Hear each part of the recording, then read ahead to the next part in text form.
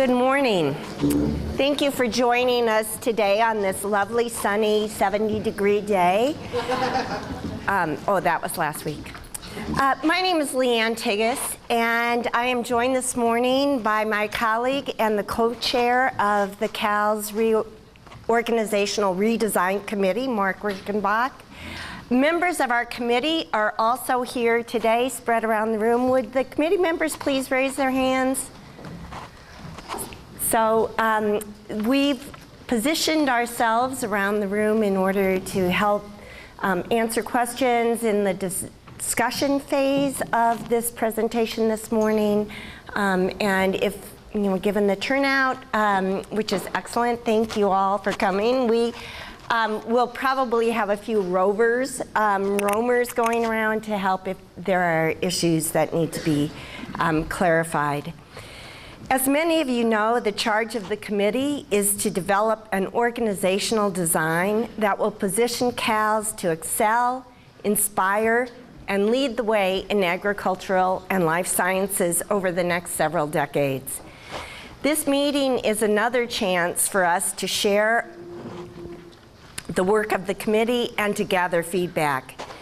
We will continue to work on the design proposal over the next several months, but today we seek your input on our current thinking. Mark will tell you more about the committee's work to date, its origins and our process, and the work yet to be done. Then he will turn the floor over to Dean Kate Vanden Bosch, who will provide background and outline the conceptual model being proposed. We're doing this. Can folks hear me on this mic?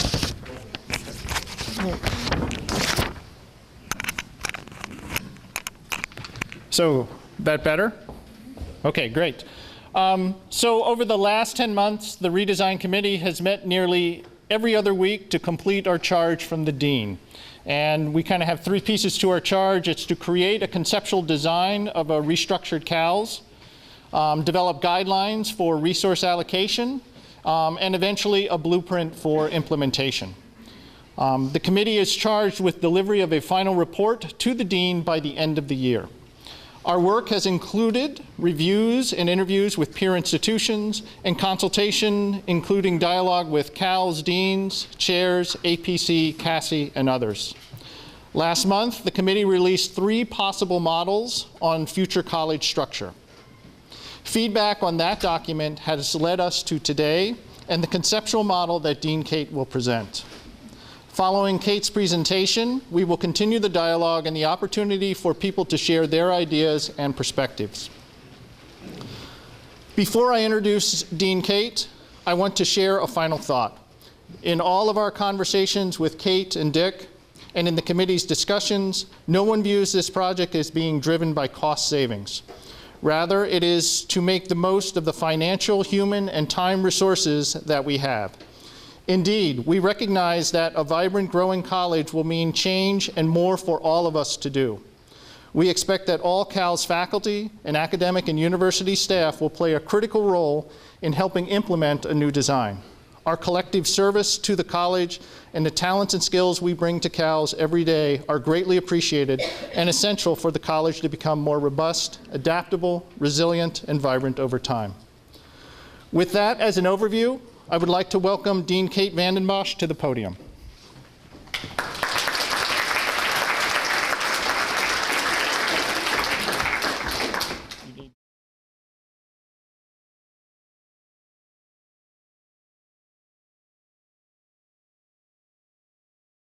Thanks. Well, good morning, everybody. It's great to see such a turnout. And I see, if you have an empty chair next to you, hold up your hand. There's a couple in the front if anybody would like to move up here. Before I get into the presentation, I just wanted to make a couple remarks. Last week was one of those weeks where I was reminded of why I do this job, why we all do our job, the jobs that we do, and what a fabulous place that we have to work. I know that those of us up in Ag Hall sometimes get wound up in the challenges, as we all do, but so many good things. So Last week there were the WARF Innovation Awards, where CALS personnel have been winners. We had one finalist, and the projects were fabulous to hear about. We had our 2-day Board of Visitors meeting, which is composed of industry partners and a lot of alumni, and they heard about some great student successes from some individual students, as well as research and tech transfer advances, and our role in initiating WARF, of creating WARF and sustaining it all of these years. And then yesterday I had a meeting with an alum who had a bachelor's in 1970 and a PhD from the institution in 1974. And even though he had been on campus during that period 50 years ago with the Dow protests and with the bombing of Sterling Hall, you know, certainly that was the background for what he experienced. But what he told me, what was most influential for him, was the scientific research that was going on campus, the milieu of discovery, and some great teachers in the classrooms that really put him on a track for a phenomenally successful career.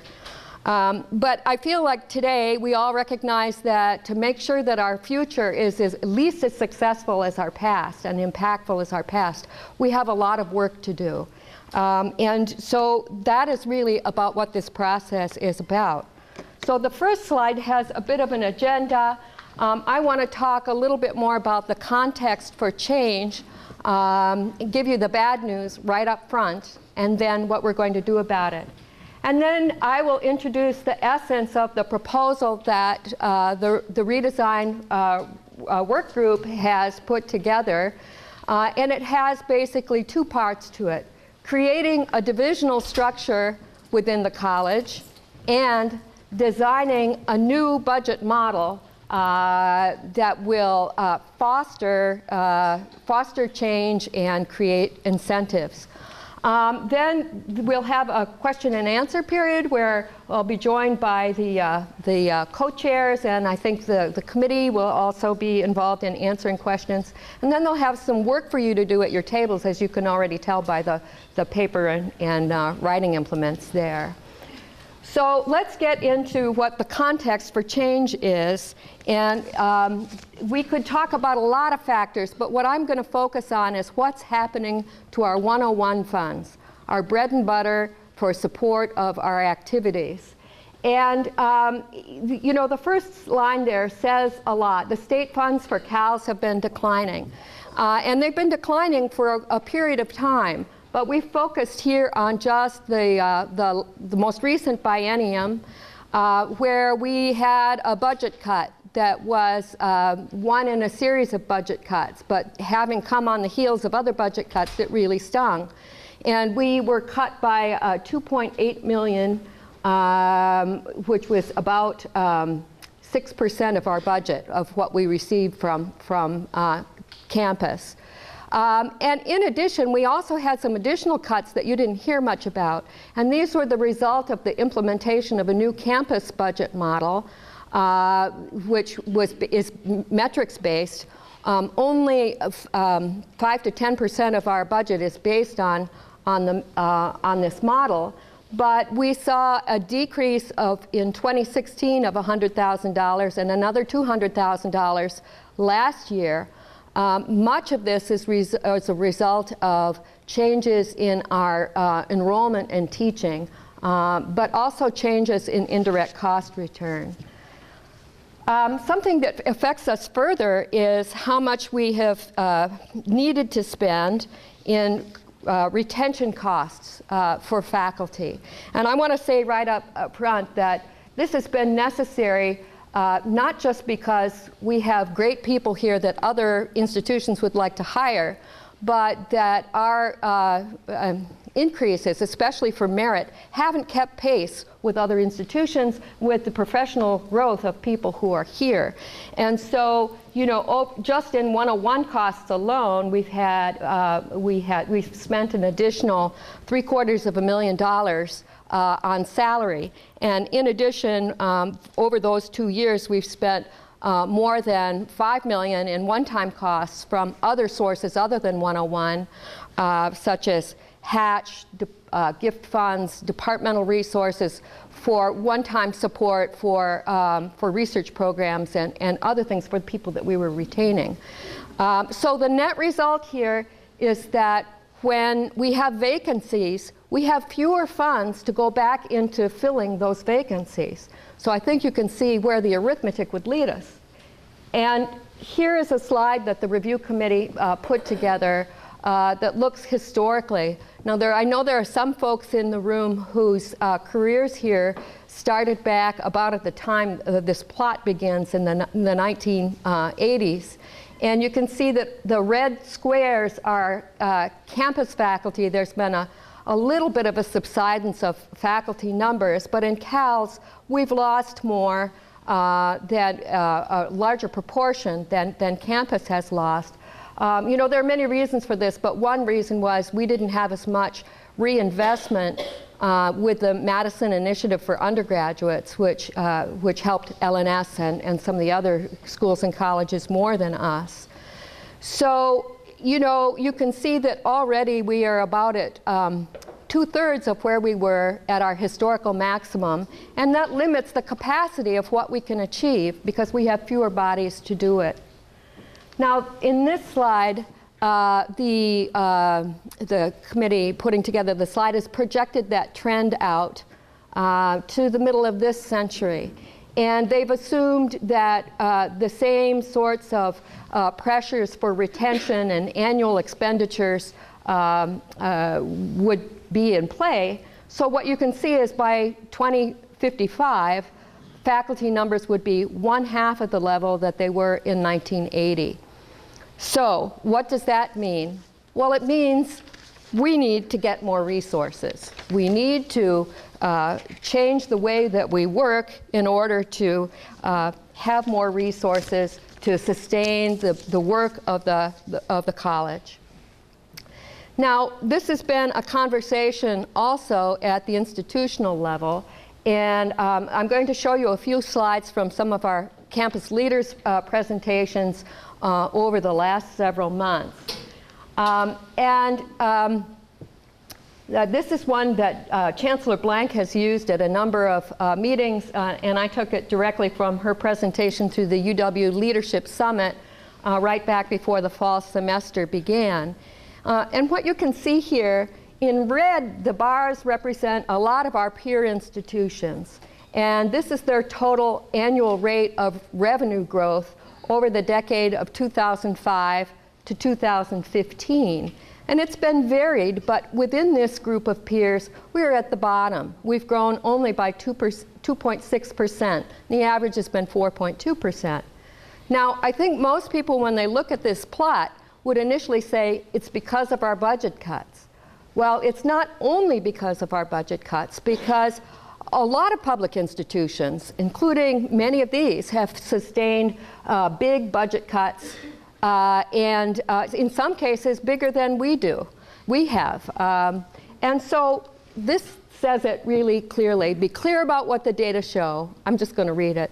The state cuts that we have faced are not the only reason that we are falling behind.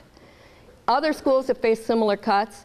It's our lack of growth in other revenues in the past 10 years, research, tuition, gifts, that has exacerbated the program problems for us. So with these worrisome trends, we all need to be at work to reverse them. I think many people know that in terms of the research expenditures ranking, we fell out of the top 5 for the first time ever since the data were compiled. So that's another indicator. So we need to be thinking about all sources of revenue, not just grieving over the loss of the state revenue. And to that end, our campus leaders have so far defined 6 different strategies for increasing revenue. And I've frequently heard that they're now looking for 7, 8, and 9. But these are our tools right now. Expanding the use of the summer semester, growing programs for professionals, that is, students that are not already enrolled for degrees here, such as professional master's degrees and capstones. Set market-based tuition, where we have the ability to do that, the leeway to do that. Explore our student mix and numbers, especially at the undergraduate level. grow alumni support or support from donors overall. That's the UW campaign that we are involved in. And take steps to grow research funds. Now, campus and CALS are involved in many of these strategies. And I don't have time to go into each of them, but I wanted to focus on number 4, the undergraduate student mix and numbers. And this is another slide from, this one happens to be from Vice Chancellor of Finance and Administration Lauren Heller, who has been looking at a lot of peer institutions. And he says undergraduate growth is a foundational element for our revenue planning.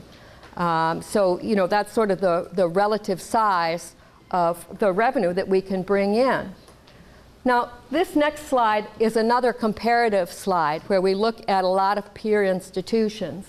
It's a little confusing, but first of all, I want you to see that the red bar on the extreme left is UW-Madison. You see that our enrollment has only gone up a small amount over a 5-year period ending in 2015. And if we had looked at what the, you know, if we'd grown at the average of what some of our peer institutions have, we would have been at the red bar about a third of the way in. Does this work? Yeah, right here. This is where we would have been. We would have grown by about 10%, and we would have another 3,000 students on campus. And so Chancellor Blank has recently advanced a plan to undertake that growth now with an increase of 200 to 250 freshmen per year, so that we would grow ultimately up to an enrollment that is about 3,000 bigger than we are now. And it's estimated that the revenue growth from this enrollment change would translate to up to $150 million a year campus-wide. And it's anticipated that most of that growth would be out-of-state students, so we would be getting the advantage of those out-of-state tuition dollars. So in looking at this, the first question I ask is, well, how is CALS doing? How has CALS done over that period of time? And you can see that there's a mixed story. Now, we don't have this fall's data by school and college yet, so this is 1 year out of date. But we had a period of more than a decade of growth, incremental at first, and then faster until we had a historical maximum for our enrollment in 2014. You can also look at the red bars there, which are the numbers of bachelor's degrees that we've conferred, and that has gone up every year to the point that we're now graduating more than 1,000 students every year. Our rate of graduation has gone up faster than our enrollment because we typically get a lot of internal transfers into the college from other schools and colleges, even if we don't have a really large freshman class. But we've fallen off from that, and I'm concerned about that. I would like to see us get back to where our enrollment was and grow from there. I would like to be able to say to the Chancellor that in CALS, we are supportive of the increase in enrollment, and we are here to help manage those students. Now, saying that means we have to do a lot of planning, and actually working with our academic affairs office, we're already looking at where we have capacity and where we would need to invest. Now, if you were an aficionado of campus budget model, which I'll bet you some of you are. I know Irwin was on the committee with me when that was designed, and others have paid close attention. Well, for those people, you know that the term in the budget model that relates to instruction is a two-part term. Part of it is enrollment, where the majors are, but the other part is who generates the tuition by teaching. All of the credits generated, including dissertations and thesis credits, that sort of thing. And we have here just 6 years of data because they started gathering data in a different way. the metric is called credit follows the instructor. So who salaries the instructors, the professors and the staff that teach, rather than the department. And it's not that different than credit follows the department, but this is the metric we're using now. And what we know is that we were increasing in our teaching activity, and that this peaked in the same year that our enrollment peaked back in 2015, FY15, and it has fallen off a little bit in the last 2 years. So that is, those two factors together are the reason that we lost some money from 101 in our budget model allocations in the last couple of years. And I don't expect you to be able to read all of this, but this is a 5-year slice of undergraduate degrees granted per program in CALS. And you can see that we're variable. We have some very small programs. We have some large programs. We have some that are anchored and supported within individual departments, and we have some that are very collaborative and spread, are interdisciplinary or interdepartmental, and spread across quite a few different departments. So when looking at this, well, I would say you don't see the trends. We have some programs that have been growing even as others have been shrinking. But what are the implications? Well, Chancellor Blank can look at the data just as much as we can. And she has said we have too many small programs, that we need to redirect some of our efforts in supporting the larger programs. And I say we also have a need to serve our large interdepartmental programs such as biology, environmental sciences, the global health certificate. Certificates aren't shown here, just majors. We need to make sure that we're taking care of those programs that don't fall squarely in anybody's department. And we also need to be attentive to evolving student needs and interests, and that those create opportunities to us to support those, and also to pursue those areas where we know there are opportunities for students, even if the students are not aware, and lead the students to those activities. So this brings us to the proposal part.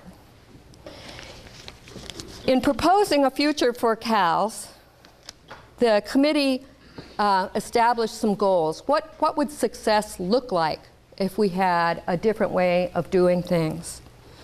Well, one is that they, and I think this is a really big one, they would like departments to be more entrepreneurial. And not meaning that they want them to just start new businesses, but entrepreneurial in the sense of creating a situation where departments are encouraged to generate more revenue, because more of the revenue will flow back to them. The committee would like to empower further collaboration among departments. They think it's essential that we reward activities that strengthen departments and that strengthen the college overall, to create space for our disciplines to continue to evolve, and to enable greater accountability in decision making, especially around resource use. And resource use, as emphasized, I think by Mark, is not just about our dollars, our 101 dollars, but it's also about our time and our effort and how we choose to hire. So how do we get there?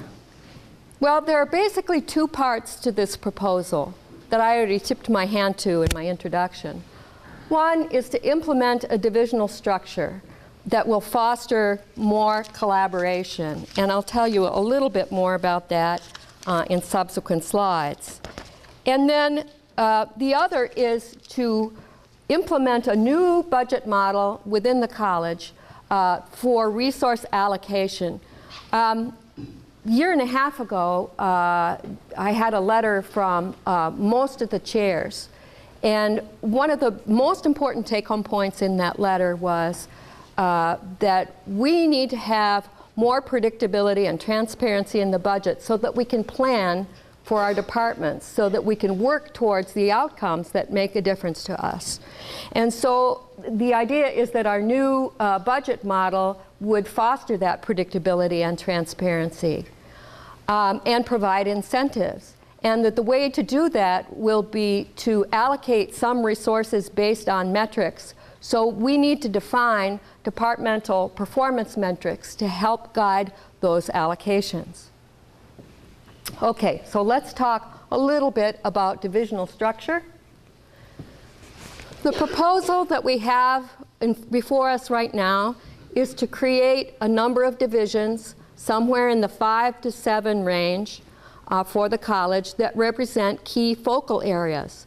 And these would be composed of departments that have common interests. So the common interests could be, and I hope will be, undergraduate education, shared curricula, cross-teaching, but it could also be strategic priorities, development activities, facilities use. But at any rate, the divisions have to have a glue to hold them together, and that glue is the common interests. And in this model, the departments would retain their individual identity, their governance practices, and a control of many or most of their resources. But they're expected to fully engage with their partners within the division. And that the major initial focus for the function of these divisions would be coordination on faculty hires and faculty retentions. So let's talk a little bit more about the divisional roles.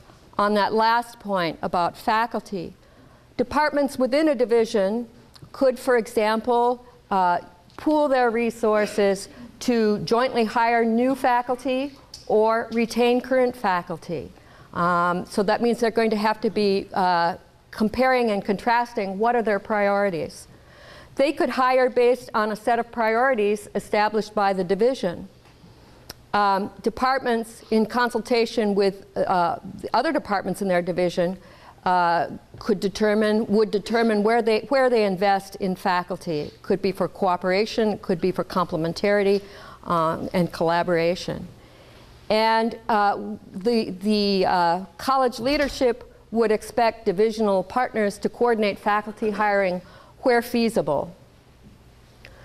Now, there will be other functions as well, and I'm thinking that if we implement this, that each of the divisions may be a little different in the way that they look at divisional structure in the short run, or divisional roles. And here are some other examples beyond faculty hiring. They could rethink their existing majors, or they could create new ones. They could collaborate in student services, including advising. They could combine administrative support services to build depth in the support to all of our different employee and student classes. They could decide to consolidate service obligations, such as committees, sharing in that work.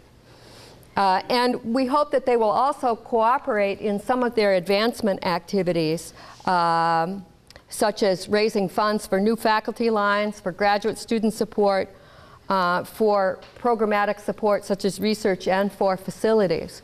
So that would be an outgrowth of their common interests.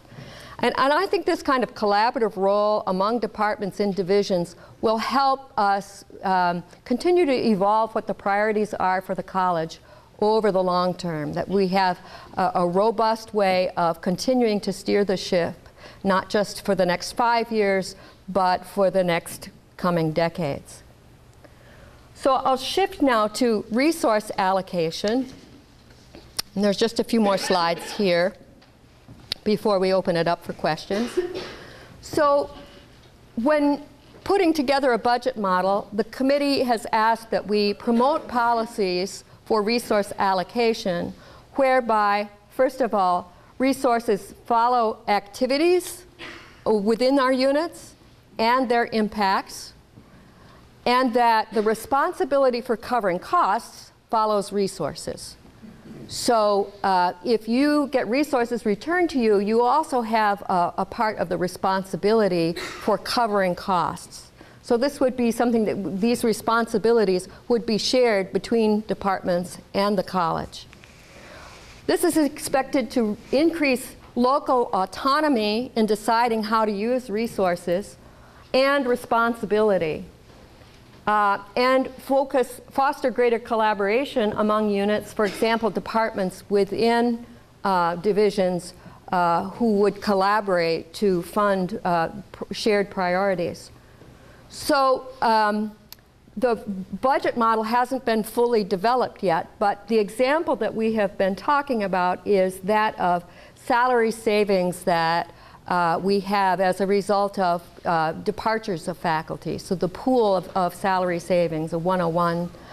And the proposal is that unlike the current APC process, where we have a deliberative process at the college level, that at least 50% of salary savings from a vacated line would be returned to the home department that they came from, at least 50%. So they have that to make a plan with.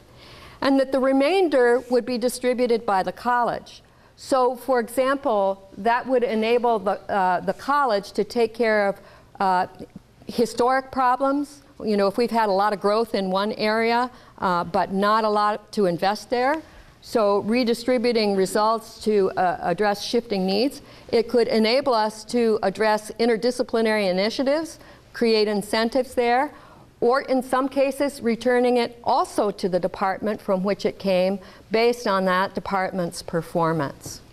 So these are the kinds of principles we're looking at in resource allocation. And the committee has had a thought about the kinds of performance metrics we should use. The ones that they've listed here relate to our mission areas of teaching, research, and extension and outreach. So in teaching, we'll have some kind of a minimum threshold for program size based on, you know, the undergraduate degrees that are produced, and have target amounts for credit follows the instructor for individual divisions and departments. But it's not just about enrollment numbers and tuition generation. We're also really committed to the student experience, including those high impact practices outside of the classroom, like research, student organizations, and study abroad, those kinds of things which really bring a lot of value to our degrees. In research, we'll be looking at scholarly outputs, ranking, research funding and indirect cost generation, applied impacts that benefit society. So some of these are easy metrics that are quantitative, others more qualitative. And in the same way, we have metrics for extension and outreach, and also, like research, how does this benefit society? How does it benefit our stakeholders? This is just one slide, but they've given thoughts to what other kinds of metrics or indicators should we be paying attention to when thinking about how to allocate resources. So it could be such things as effective governance, mentoring, departmental climate, efforts around diversity and inclusion, how well departments are engaging with divisional partners, their activities in advancement and stewardship, and their service to college, campus, and society. So we could create a very broad way of looking at departmental success. So with that, I'm going to open it up for questions and discussion, and I think Run the mic. Okay, Darren's going to run the mic, and now some of these questions are not going to be appropriate ones for me to answer, but the review committee, so I would guess Mark and Leanne, you want to also come up and help respond to questions? Remember that at this point, this is a proposal, and at the end of the calendar year, we're expecting that the committee will solidify their recommendations and transmit them to the college leadership. And then we'll decide what to do based on their recommendations and all the consultation. Oh, okay. Yes, I'm Mike Bell, in the Department of Sociology.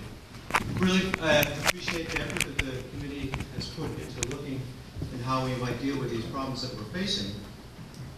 But I do have a concern about how it would rebound on interdisciplinarity. So I understand we'll have these divisions, effectively kind of pillars that will hold up the college.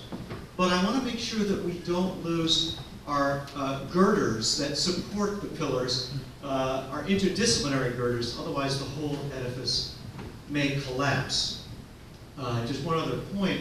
It seems that the goal or the thought is that we will promote interdisciplinarity within the divisions, but I worry that the word collaboration that's been used quite a bit this morning will really translate into competition between units in those divisions, and that the big units will win out.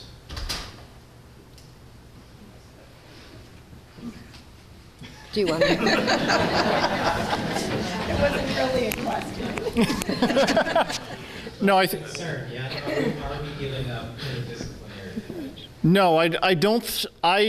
When I think about this, and I think the way the committee thinks about this, the divisional structure is to allow some level of collaboration where we have relatively small units where getting all the work done in that smaller unit might be a challenge. I do not think that the committee at all thinks that we should somehow see this as a substitute for the types of collaboration and interdisciplinarity that are kind of the hallmark of our college and our campus. So I think we see these structures as something slightly more, but I don't think it's to take away from the interdisciplinary that we might already have and want to foster in the future. It would be lovely to see in this plan some resources for that interdisciplinarity. That's a good suggestion. Thanks, Brandon Cubic, Untitled Economics. There was no mention of the potential for collaboration across colleges or across departments and across colleges. I'm just wondering what the committee has thought about that in terms of building a structure to enhance collaboration within the college across departments. There's a lot going on, particularly with the recently announced cluster hire and other efforts where faculty are engaging with departments outside the college. How will that connect with what's being proposed there? Well, I think that the committee really felt that this structure doesn't do anything to inhibit the collaborations that are already so present, and that instead it's a way to achieve a little greater efficiencies, not financial efficiencies, but time efficiencies, in terms of what Mark just said about, we have a number of smaller departments, smaller units that are trying to do a lot, continue their mission. And if the divisional structure works, it will help all departments do their mission more easily, and that can hopefully not just allow current collaborations across campus and, in these interdisciplinary, like academic programs, et cetera, to continue, but can actually provide some of the groundwork for proposing cluster hires, et cetera, that could come through the campus. So we've talked a lot about the collaborations, I guess, that we already see. Members of our committee, for example, have are parts of teams that bring them in contact for research or for teaching with people either outside of the college or in very different departments than theirs that wouldn't be in their division. And we just honestly couldn't see any way that this hurt that.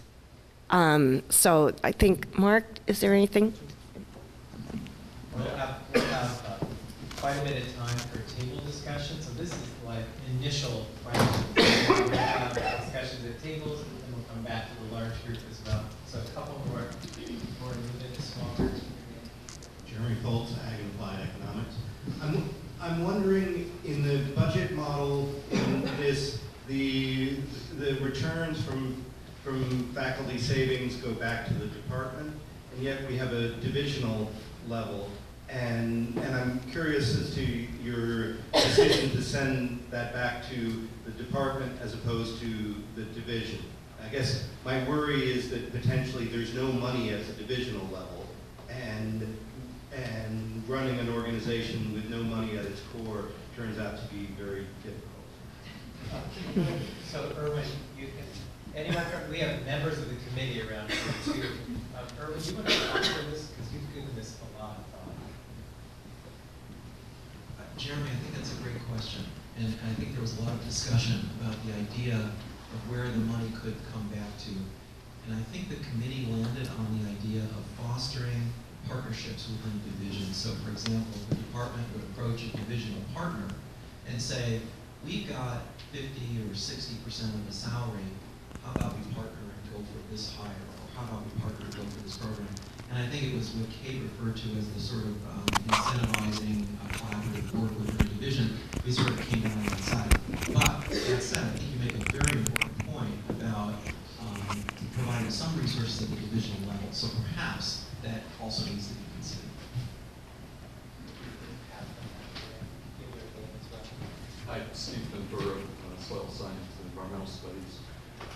There are several departments within the college that potentially go into several divisions, depending on how they are defined and what the scope of them is.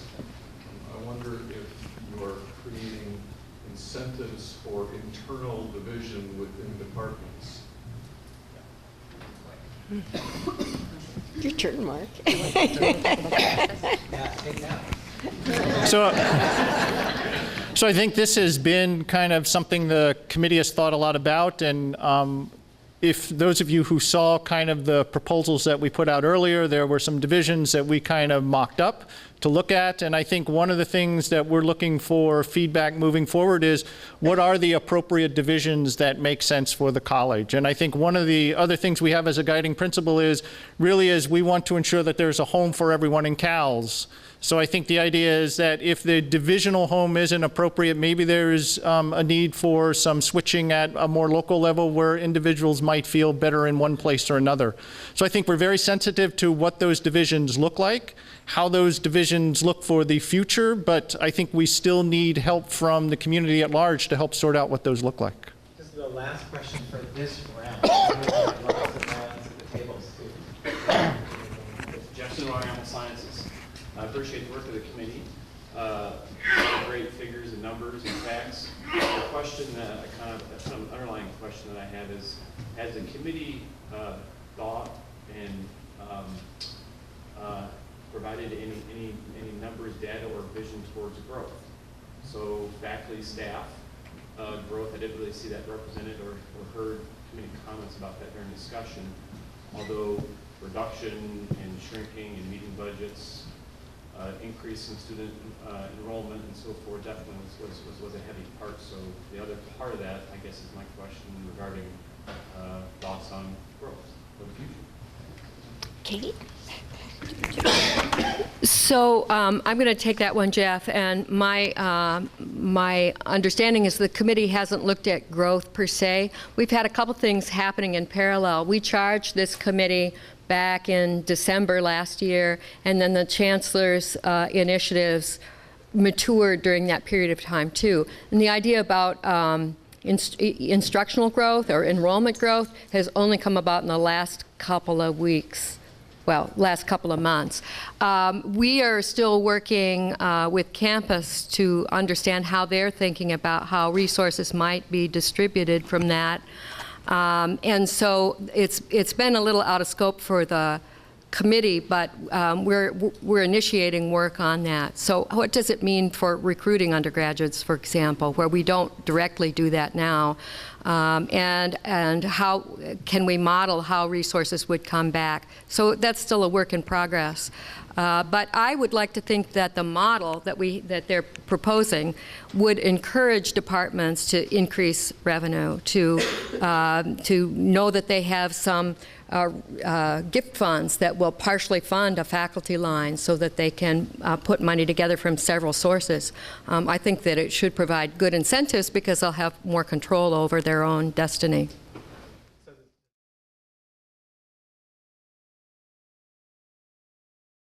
Member on the redesign committee, could you just raise your hand?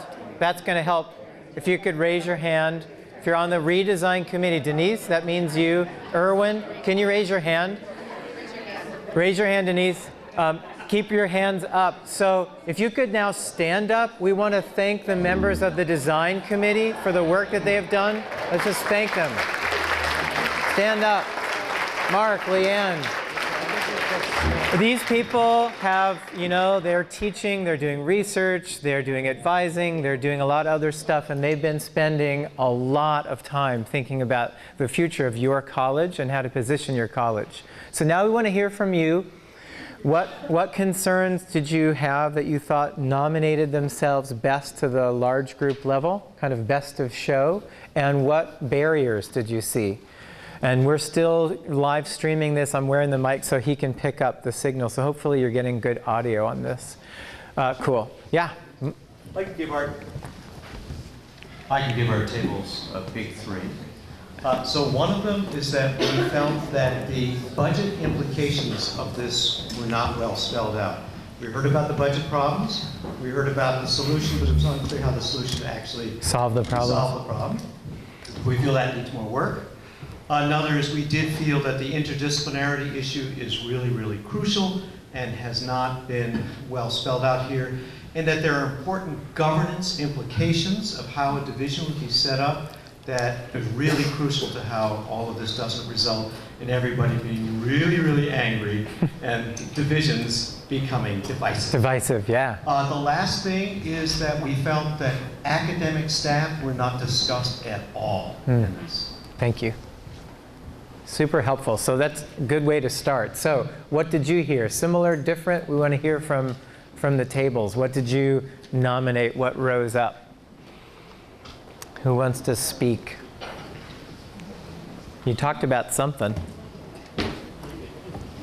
Yeah? Darren, I'd offer oh, okay. Table. Thank you. A barrier or a concern expressed here at our table was what would be an incentive for a department to contribute to, say, a faculty hire in another unit if there's going to be somebody not in their department, and there's going to be questions about how they would gain from that kind of a partnership. Yep, that makes good sense. Yep, cool. So we want to collect the concerns and collect the barriers now. Yeah. I'll try one from ours. Okay, good. This partly had to do with the governance issues. Given limited resources and only having 50% of the faculty money coming back, it does bring into question how possible it is for departments to maintain an identity if they have to always be partnering with somebody else. So is there a risk of just a dilution of the original missions of departments? Good point. Thank you. Great. What else? What else did you talk about? Excuse me, wandering around. So we had a couple things that weren't mentioned. One is that there was a worry that this was explicitly not cost reducing, and it doesn't seem to have explicitly addressed the revenue generation thing. And so that made us a little bit worried. I think there is a worry particularly about small departments getting lost and basically eaten up by these divisions. And related to that is the fact that faculty have the ability to move around, and some departments may be ending up being divided between divisions, or faculty moving to other colleges or outside the university if the structure does not match what they do. Good point. Yeah, thank you. Yeah, so a little bit about what we heard earlier from, I think you mentioned, right, the feeling of not quite sure this is going to be interdisciplinary, and somebody else say, well, what happens if you're split? Faculty are split. Does that essentially divide departments? Yep. We talked a lot about some of the things that were already mentioned, so I'll just focus on the increased teaching concept or increased enrollment. Who will staff that was a question, and would it be adjunct or associate faculty? And also, there are a lot of small classrooms in CALS, so if we have an increased enrollment, where will we put people? Yeah. Yeah. Has space implications, doesn't it? One more, and then before we leave today, we wanted to give you time, because you've outlined some barriers and concerns. What guidance would you give to the college? Not just this committee, because this will quickly become yours, right? The committee's been doing its work almost like to catalyze a reaction, and then that reaction is going to spread to all of you very quickly. So you're going to be invested in this. So we want to move to now, what suggestions would you have? It's the third question. What plausible ways do you see right now to help us overcome these concerns and overcome the barriers that you have? So last call for any concerns or some barriers before we move to overcoming them. Anyone else want to say something that didn't come up? Specifically thinking about other things we haven't heard about. Hey. I guess what question I would bring up, you talked a lot about, say, in the budget model, the department's piece. What about the other piece, right? So my reaction to this is different. If I'm told that 50% of every department position is going to be used to plug budget holes in the college and continue to decrease in faculty, or if it's going to be reinvested in some way, right? So you want to know about the other. I think we can separate the two entirely. Yep. Okay, good. So be articulate about what happens with the other 50%. Anything else? All right, so now at your tables, we're going to do it differently this time around. So just talk about the ways you can overcome these barriers. You identified them, so give us suggestions, and then if you could write them down in that third slot that you see on the piece of paper. We'll be collecting them. You can leave them at the table. But just what ways can we overcome them in your mind just at this point? How will we preserve interdisciplinarity, ensure that budgets are articulate, ensure that resources are in fact flowing and costs are reducing, that kind of stuff. All right? So take about 5 or 10 minutes here. We're going to do a quick report out in closing and get you out of here by 10:30. Thanks for your attention, everybody.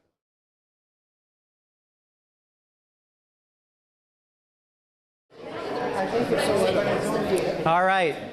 So what we want to do for the next 5 minutes is just hear kind of a turbo report out, and you're going to note anything that doesn't get discussed on your sheets, because the committee's going to read, we're going to note every single form we get back. So if you didn't get a chance to share your plausible solution, just know that we'll read it. So any ones that for you stand out, we just want to get it in the room. And then again, the committee and the college is going to be looking through these over the next few months. So who wants to share? Who wants to share a plausible idea or solution? Yeah, thank you very much. I think that there's an interest in specifics. Yep. So a lot of it's very vague, and I think we feel that getting a lot of these formulas and concepts and specific proposals out and then putting them back out into the community so that everyone can take pot shots at them and they can be refined rather than having them get developed sort of by a smaller. That makes great sense. Yeah, so like be iterative with this. That's what I'm hearing. Get it out, and have one of those things, this Brownian motion thing. Okay, so what else? Great idea. Yeah, Denise. To address the interdisciplinary concerns, we suggest that departments be able to choose which division that they go into, and they may also be allowed to go into more than one division to sustain their interdisciplinary connections. Cool. Good idea. Yay. So you don't have to be locked into one division. Yeah. Great idea. One thought we had was making it easier to generate micro revenue. So, ticketed events, for example, things that bring in $1,000 to $10,000 could go a long way when they add up. But also, we've encountered sort of a fundamental understanding from campus's perspective of when we ask, this is what we want to do, they don't even understand the question. So is there a mechanism to sort of support micro innovation and sort of, pilot projects or experimentation in revenue generation beyond big ticket items like tuition and such? Nice. Good idea. All right. Well said. Yep. So if the intention is revenue generation, what about micro generation and experimentation? Yeah? Over here? A couple things that we talked about were the needs for resources during the growth period, to provide some resources for the growth. Yeah. And then the other one is to get the more inclusion of the centers and the auxiliary units. Mm-hmm. Cool. Good. Yeah, we're centers, we're auxiliaries in this. behind you. Oh, thank you. Appreciate that.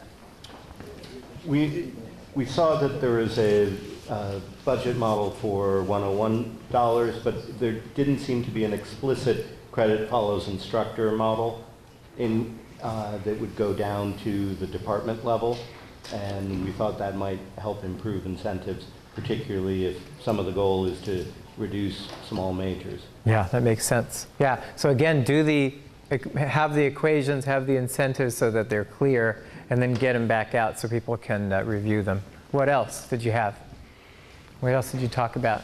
I wish this was a Nerf mic. Wouldn't that be cool? You could just go, move, but it's not Nerf. Far from it. Here you go.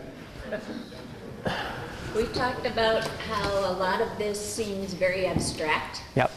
And that if some examples of success stories could be brought to the individual departments, maybe in a workshop before departmental meetings or something like that, Good idea. that would be helpful for people to brainstorm themselves then about their own practical solutions. Yeah, that's a great idea. Yep. Yep, so necessarily abstract at this point. Bring it down to earth and also give a how-to guide or scenarios for departments. Anything else as we wrap up?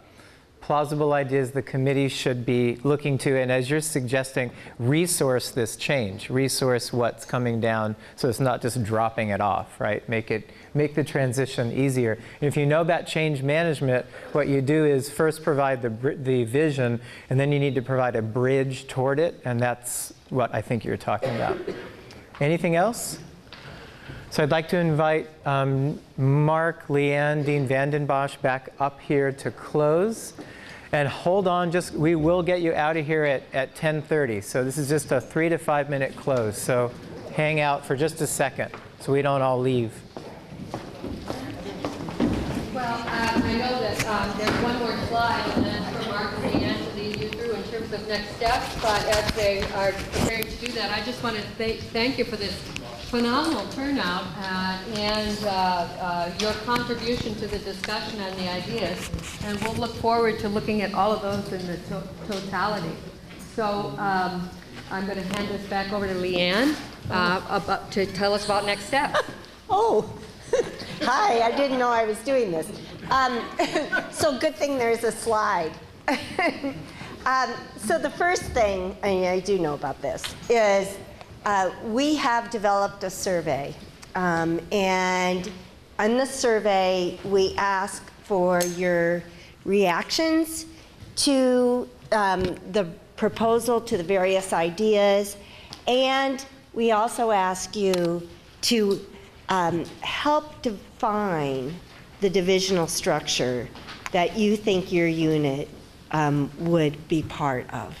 So you have to answer all the questions to get through to the end, right, Troy?